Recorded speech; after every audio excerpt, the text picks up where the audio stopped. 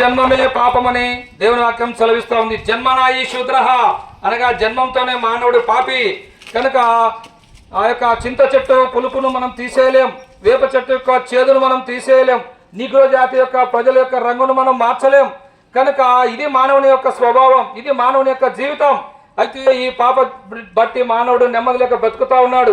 తాను ఎంత సంపాదించినప్పటికీ, తాను ఎంత ఉన్నతమైన స్థానంలో ఉన్నప్పటికీ తన మనసులో నెమ్మది లేదు, శాంతి లేదు, సమాధానం లేదు, పడుకుంటే నిద్ర రాదు, ఆత్మహత్యలు ఈ దినాల్లో కుటుంబాల్లో కూడా చూస్తూ ఉన్నాం. ఫ్యాన్ గురేసుకొని చచ్చిపోయినారు కుటుంబం అంతా కూడా. పురుగుల మంది తాగి చచ్చిపోయినారు చాలా మంది. ఎందుకు తెలుసా? వారి జీవితాల్లో నెమ్మది లేదు, శాంతి లేదు. దీనికి కారణం మానవుల్లో ఉన్నటువంటి పాపం. ప్రియమైన సోదరి సోదరుడా, ఈ పాపాన్ని తీసివేయడానికి యేసుక్రీస్తు ప్రభుల వారు 2026 సంవత్సరాల క్రితం లోకరక్షకుడుగా, జగద్రక్షకుడుగా యేసుక్రీస్తు ప్రభుగా ఆయన భూమి మీదకి ఆయన అవతరించినాడు. ఆయన ఈ లోకంలో పవిత్రంగా జీవించినాడు, పాపం లేకుండా జీవించినాడు. నాలో పాపం ఉన్నదని మీలో ఎవరైనా స్థాపించగలరా అని భూమి మీద సవాలు విసిరిన ఏకైక వ్యక్తి యేసుక్రీస్తు ప్రభుల వారు మాత్రమేనండి. కనుక ఆ యేసు ప్రభుల వారు మానవులందరి పాపముల కొరకు సిలువను ఎక్కినాడు. ప్రేమ కలిగినటువంటి దేవుడు తన ప్రేమను సిలువలో రుజువుపరుస్తూ వచ్చినాడు. తనతో ఎన్ని పాపాలు చేశామండి, ఎన్ని చెడ్డ ఆలోచనలు చేసినామండి. ఈ చూపులు భయంకరమైన పాపపు చూపులు, హృదయము భయంకరమైనటువంటి పాపముతో నిండి ఉంది. బయటికి వేషాలు వేసుకొని బతుకుతా ఉన్నాం.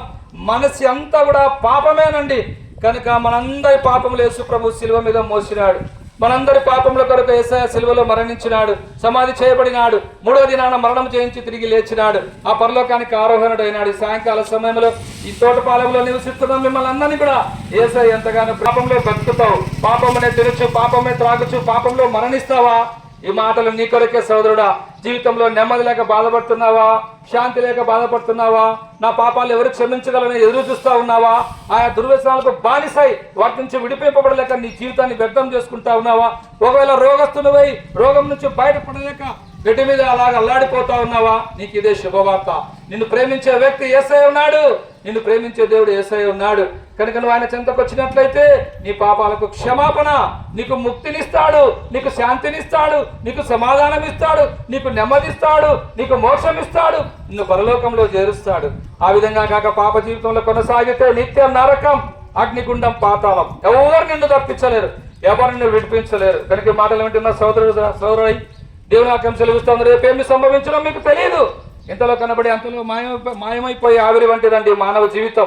ఎప్పుడు ఎక్కడ ఎలాగ మన జీవితం ముగిసిపోతుందో ఎవరం చెప్పలేం. కనుక ఈ మాటలు వింటున్నా నీవు ఇప్పుడే యేసు ప్రభు నీ సొంత రక్షకునిగా అంగీకరించి పాపం నుంచి విడుదల పొందాలని ప్రేమతో మేము మిమ్మల్ని బ్రతిమాలుకుంటా ఉన్నాం. ప్రభునేసందు విశ్వాసం ఉంచండి, అప్పుడు మీరును మీ ఇంటి వారిని గొప్ప ఆత్మరక్షణ, పాప క్షమాపణ, పరలోక రాజ్యం మీరు పొందగలరు. యేసు ప్రభు వారి గురించి మీకు ఇంకా ఎక్కువగా తెలుసుకోవాలని ఆశ ఉంటే ఇక్కడే మేము నిలబడి వాక్యం చెప్తున్నటువంటి ఇంటి పైన మందిరం నిర్మించబడతా ఉంది. మీ అందరి కొరకు మిమ్మల్ని అందరినీ కూడా ప్రేమపూర్వకంగా ఆహ్వానిస్తూ ఉన్నాం. ఒకవేళ మీకు ఇంకా ఎక్కువగా తెలుసుకోవాలంటే ఆ యొక్క నాగిరెడ్డిపల్లె జెండామాన వీధిలో అక్కడ పెనుగోలు ప్రార్థన మందిరం ఉంటుంది. మీరు ఎక్కడికైనా రావచ్చు, దేవుని వాక్యం వచ్చు. మీ అందరి కొరకు, మీ కుటుంబాల కొరకు, మీ బిడ్డ కొరకు మేము ఇప్పుడు ప్రార్థన చేస్తాం. మా ప్రార్థనలు మీరు ఏకీభవించవలసిందిగా మనవి చేసుకుంటా ఉన్నాం. రెంగల మా ప్రియ పరలోకపు తండ్రి, మీ పాదములకు వందనాలు యేసు ప్రభువా. ఈ ప్రాంత ప్రజలను ప్రేమించి మీరు అందించిన వర్తమానం కొరకై మీకు ఎంతో వందనాలు. మానవుని పాపం నిమిత్తం మీ లోకానికి దిగి వచ్చినారు, సిలువలో ప్రాణం పెట్టి తిరిగి లేచినారు. దేవా నీకు వందనాలు. ఈ సత్యం ఇక్కడున్న ప్రజలందరూ ఉన్నారు. యేసయ్య ఉన్న వాళ్ళు మీ కార్యం చేయము, మీ చిత్తంలో మీ ఏర్పాట్లో ఉన్న వారిని రక్షించుకున్నాం తండ్రి. ముందుకెళ్తున్నాం. మీ ఆత్మాభిషేకం గురించి నడిపించి మహిమ పొందమని యేసు ప్రభు నామమున ప్రార్థిస్తున్నాం మా తండ్రి. ఆమేన్.